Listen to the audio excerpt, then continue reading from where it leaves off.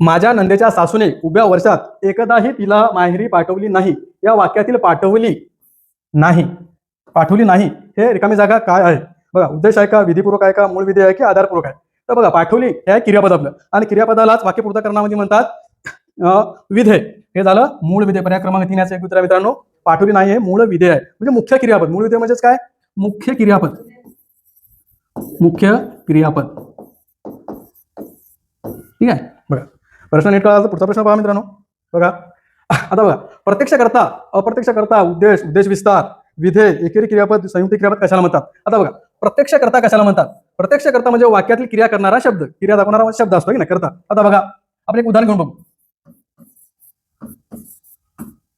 रामाने आंबे पाडले.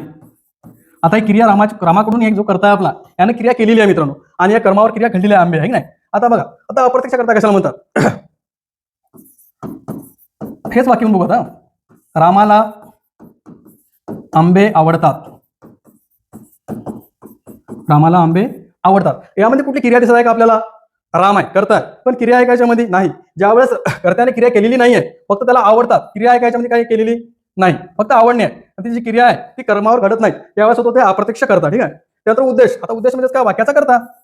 उद्देश म्हणजे वाक्याचा करता, त्याला उद्देश म्हणतात वाक्यपूर्तकरणामध्ये. ठीक आहे. त्यानंतर उद्देश विस्तार. आता उद्देश आपण आधीच्याच प्रश्नामध्ये बघितलेला आहे. उद्देश विस्तार म्हणजे काय?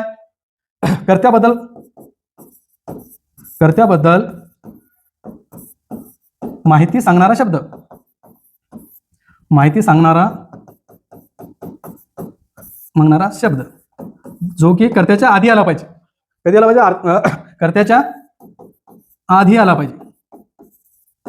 ठीक आहे. त्यानंतर बघा, विधेय. आता विधेय कशाला म्हणतात? विधेय म्हणजे वाक्याचं क्रियापद. वाक्यातील क्रियापदाला विधेय असं म्हणतात. वाक्यातील क्रियापद म्हणजेच काय? विधेय. त्याच्यानंतर बघा, एकेरी क्रियापद. आता एकेरी क्रियापद म्हणजे एखाद्या वाक्यात एकच करता एकच क्रियापद असेल, एका शब्दाने क्रिया जर पूर्ण होत असेल त्याला म्हणतात एकेरी क्रियापद. जसं बघा, आता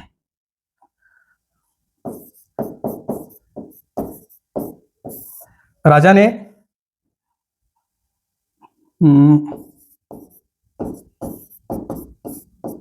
आंबे तोडले. ठीक आहे. आता बघायचं, एकच क्रियापदाने अर्थपूर्ण होत आहे. ठीक आहे. तेव्हा एकेरी क्रियापद. आता संयुक्त क्रियापद म्हणजे काय? दोन शब्दांनी क्रिया जर पूर्ण होत असेल त्याला म्हणतात संयुक्त क्रियापद. तर ते कसं असते बघा. आता श्याम अभ्यास करत होता. आता बघा, करणे हे सुद्धा क्रियापद आहे, आणि होता